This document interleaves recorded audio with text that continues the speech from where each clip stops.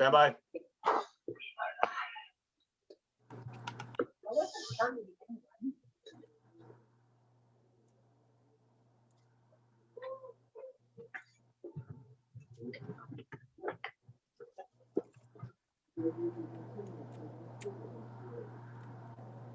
And cue. Off the day, everybody. Just minutes ago, Governor Lou Leon Guerrero wrapped up her third State of the Island address. Before getting into the theme of her speech, the governor began with a moment of silence to remember the 33 lives that were lost to the coronavirus on Guam. She then recapped the year of struggle and triumph and honored our frontliners and got into her theme of rebuilding anew, a mission that she plans to work together with the legislature to achieve. One of the items she talked about was employment insurance, saying Guam can fund its own employment trust by securing no interest federal loans offset by the amount owed by compact impact debt. She also talked about plans to roll out a pilot system of online business permitting, which will end the long lines. Overall, although she said we need to improve our business licensing and building permitting as a whole, she then announced the person to take us there is former Governor Carl Gutierrez. Now, this would be on top of his role as GVB's president and CEO. She said that Governor Carl Gutierrez will be tapped to be the permit czar. The governor also discussed the need to provide internet for everyone on island, announcing her administration is developing broadband infrastructure to support island-wide internet that is accessible and equitable for everyone. The governor cited as an example the pilot program that is currently underway with the Guam Department of Education, as well as the Mayor's Council, to bring internet service to island school children. As for rebuilding tourism, now we didn't hear a specific or clear plan, but she did recommend that the Guam legislature commit the first $50 million in proceeds from the legal sale of cannabis to end flooding in Tumon, invest in island-wide beautification and cultural preservation, and to repair village roads. To jumpstart the economy, the governor talked about the Dave Santos Act and gave a direct message to senators telling them to send her a bill to eliminate the sunset provision on small business tax cuts and that she will sign it. On job creation, the governor talked about the foundation she laid to help build jobs in healthcare, technology, and telecommunications, and touched on progress made from developing aquaculture, which some of you may remember she did talk about aquaculture in last year's State of the Island address. She also discussed her Guam green growth initiatives and the plans to open up the G3 circular economy makerspace and innovation hub at the Chamorro Village. Entrepreneurs will be able to gather in a place filled with tools and equipment to transform waste into marketable products. And of course, with today being International Women's Day, the governor announced that she is ready to sign legislation that would provide local women-owned small businesses with a set-aside. Now, this would be similar to what's already being provided to service disabled veterans-owned businesses and programs. She noted that while women make up almost half the population here on island, we only represent about 20% of business owners. Other topics that the governor discussed in her third State of the Island address, she announced in the coming year, the Guam Air National Guard will establish the federally recognized 254th Space Control Squadron, which will increase the size and strength of the Air Guard and also provide high-tech training in space and cybersecurity related fields.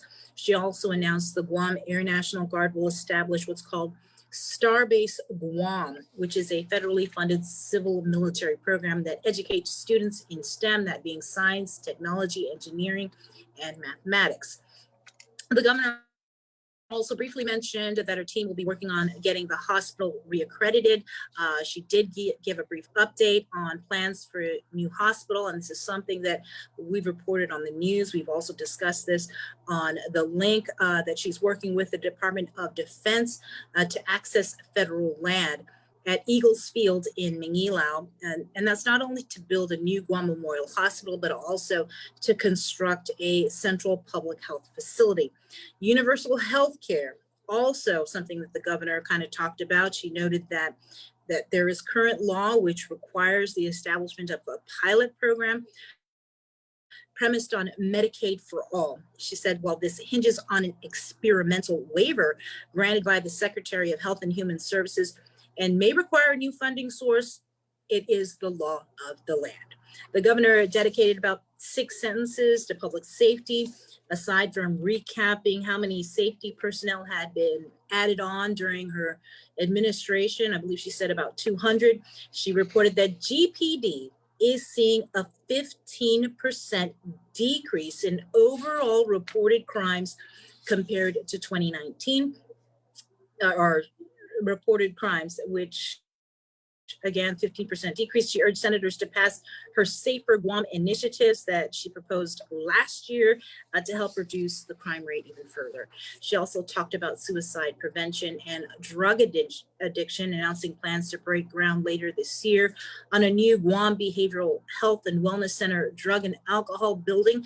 We've heard from Teresa Areola, the director of the agency, who has told us that they plan on building that facility with technical assistance from the Guam Housing and Urban Renewal Authority right on their property in Tamuning. We've also reported, which the governor briefly touched on, was the renovation of 3 cottage homes owned by the Department of Youth Affairs in Talafofo to expand recovery treatment options. As for the war on drugs, the governor reported that last year, Guam Customs in quarantine intercepted 110 pounds of meth, which she says is a 400% increase from 2017. She said Guam Customs is currently working to secure funding for the design and construction of a container inspection facility to screen all cargo reaching our shores. Now, interview, we have Sabrina here live with us. Sure. So we're just going to cut in real fast. If we could just grab your initial reaction to the third State of the Island address. Well, I just want to say that I'm really happy that some of the issues that my colleagues and I have introduced or already have introduced, that they're really coming to full fruition. Today's Women's History Month, and we've introduced Bill 71 to have the emulation of what the Services Disabled Veterans Bill has, where women are given the opportunity to go to the top of the line when they bid for contracts. She talked about suicide.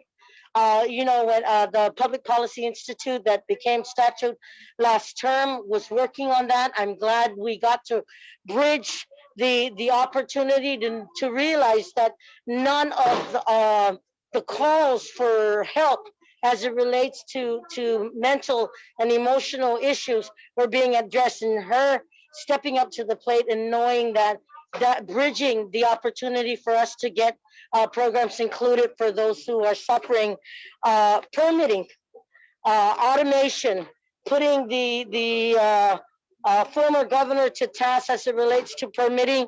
That was another important factor that she brought up.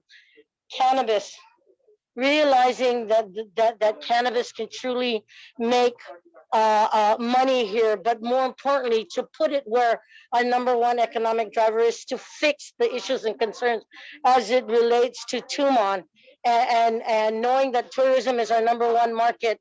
I want to know that not just because of the industry, but making sure that when that gets implemented, we do it and we do it right. And then BBT.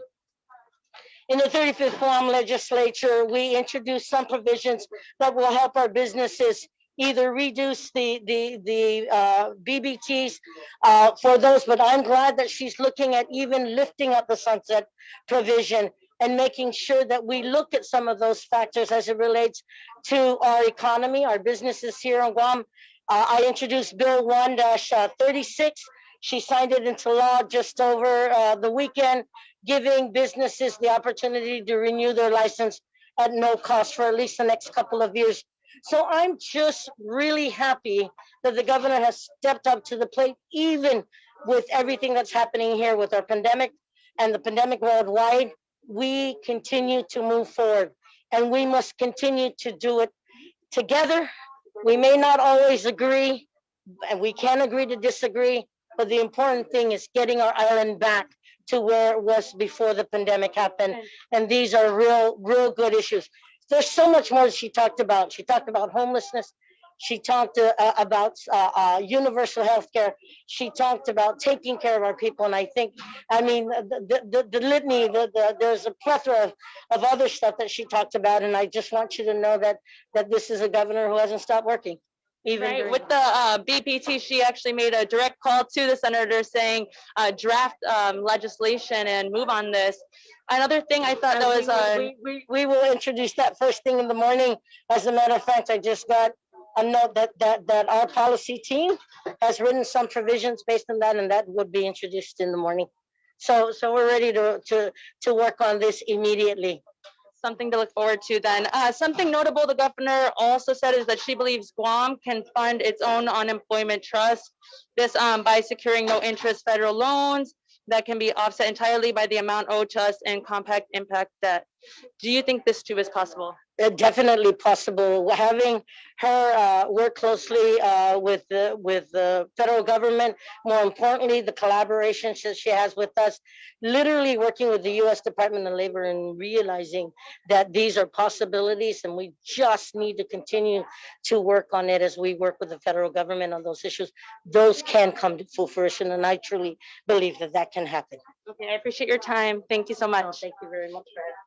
We also have over here Speaker Therese Terlahi. Now, do you think that that's actually possible for our economy to do? Absolutely. Yes, I think so. We've, as she mentioned, that's already in law that we were going to, do pilot programs in that regard. So prior legislatures have looked into that, and I think absolutely with our size of population, that is something that we should shoot for. Absolutely, and I'm absolutely willing to help her to reach that goal. Universal health care. It's imperative. You've seen all the complications that our people see even prior to COVID. Too many people dying young, too many people suffering cancer. All of those things that may be preventable, I say we should prevent, and then we can focus on those that may not be preventable, and we, put our resources there as well. But we love our families, we love our friends. We want to have an island that's healthy, and so I think we can do that. Right. Now, the governor, of course, she in her state of the island, she didn't address a recent backlog with the Child Protective Services. And we're doing great. We're giving thumbs up and high fives for everything that we're doing on the COVID front. But what about those children who because of this COVID situation, backlogs have been presented. There's children who have reported issues happening within their homes, and yet they've been made to stay in those homes until authorities can actually get to their cases. What do you think? What do you think on that end? Is there enough being done to ensure that these children are most vulnerable and really unprotected children? Well, I think you stated very well. The need is great. I don't think the need is new. I think the need is actually longstanding. It's actually always been at least 1,000 cases a year, at least. And so that's not new. Unfortunately, it's very dire. Our situation is dire. We need to treat it that way. We have always known our CPS, the workforce, is too small. It's a very hard profession, lots of turnover, and we need to shore that up. Just like we need to shore up nurses, we need to shore up our ability to obtain social workers, keep them employed, keep them healthy, and able to address these kids. And unfortunately, the problem, the kids, I think they are doing great right now with those additional resources put there. And I just think that is how we're going to solve our problems here. We're going to put focus on them. We're going to bring the additional resources that are necessary and prioritize. Absolutely. If I could also ask something else that wasn't addressed and probably does need a lot of focus as well, is the allegations. And it's something that your committee, you've had oversight hearings recently, but with misconduct amongst public safety personnel and law enforcement. In addition, it was public safety. Just there wasn't much addressed today in that. So how do you think the administration should address this problem? We're talking about the law enforcement? Yes, law enforcement well- personnel, all the misconduct Okay, allegations well, and public corruption. yes, those are not new, unfortunately, either. But I do think we have to put a little bit more focus on that. I think allegations completely erode the trust of the people, and that is, I think, a bigger liability if when you erode the trust of your community than the actual crime sometimes, because we need to be able to rely on our law enforcement, call them when we need help, and they have to be able to respond. So I am hoping that with the intense pressure and all the eyes of the media and the public on them, that they are doing what they're supposed to be doing. We've got the court system looking at its own processes. We've got the GPD, and the Attorney General has assured us he's also doing investigations of the allegations. So I'm glad for that. I think that's what we want to hear. As soon as there are allegations, that those who are supposed to are going to do that prompt investigation. So I just think they just have to continue. They have to not ever slow down on that. They need to, in fact, kick it up. Yeah. And can we also get your initial reactions and any feedback you have from the governor's State of the Island address? I thought it was very optimistic, and I'm glad that she set out her goals. I think we need to, it's very clear, work together. We need to collaborate. We need to ensure that this unprecedented amount of money, 661 million, that is going to be used fairly. It's going to be used and get value for the government. Special interests will, detract us, and that we can achieve some of those goals that we set out, that to really solve longstanding issues such as lack of infrastructure, homelessness, to take care of poverty, particularly with children. We have so many children on Guam living in poverty. It really is, or has to be, our priority. The amount of money that we are going to be receiving from the federal government is almost the equivalent of our general fund revenues for all three branches. So it's a huge responsibility. I think the legislature has to step up and make sure that they do their job too. Checks and balances, open government, and that we ensure that procurement is done according to the law. Thank you so much, Speaker. Thank you. Take care. We're going to head over here and grant the Minority Leader James Moylan. And if we're going to get the island back going, we need the economy to get back going. So we need to start from there. Let's see what the governor has in for. But I'll be releasing a further statement in the future here. All right. Now, I know that the governor didn't lay out a full economic plan, but there was mention about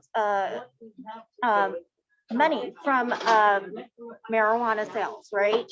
And that she would be, in essence, pledging about $50 million to a company that has yet to even generate a penny. What do you think about that? I think the church bells are telling us exactly what we should think about that. It's like, come on. GVB has already told us about their concerns about doing this in Tumon area. Okay, possibly, I think so. That's fine if you want to pledge $50 million, if we can earn that. What we know for certain, what we will be receiving as soon as the president signs it into law, is $661 million.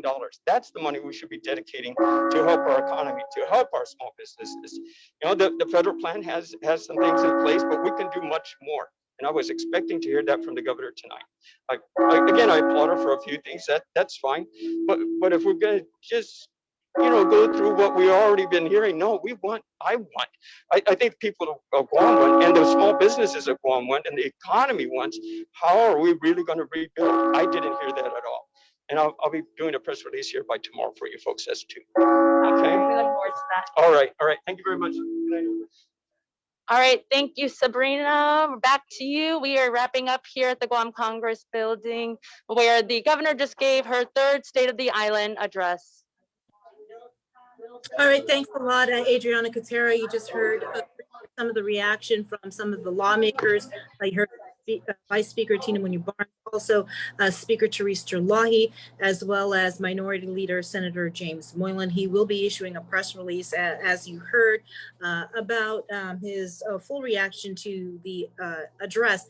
Again, if you were looking to hear specifics of how the governor plans to spend the $661 million that we are anticipating to receive from the president's American Rescue Plan, you didn't necessarily get all those specifics. What we did hear from the governor is something that she's been saying in the media and to the media, that she plans on using the money to help the people of Guam, to help small businesses, as well as to, as well as to build a new hospital.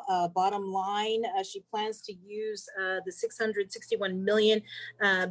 It will give her administration the flexibility to recover lost revenues and strengthen our ability to provide improved government services to our people. She did end her speech by borrowing the words of the late speaker, and who she said was her dear close friend, former Senator Ben Pangilinan. She said today, quote from him, "Today, in a time full of cynicism, political sound bites, and press releases, we must remember who we are as a people. We once mastered the navigation of seas. We survived a world at war. We are the inheritors of an ancient land. We build an economy which leaves no hardworking family behind. We will leave this land better than we found it." Make sure to join us for the link tomorrow morning at 6 o'clock. We will have more reaction, more of a recap from the governor's third State of the Island address. I'm Sabrina Salas Matanani. Good night, everybody.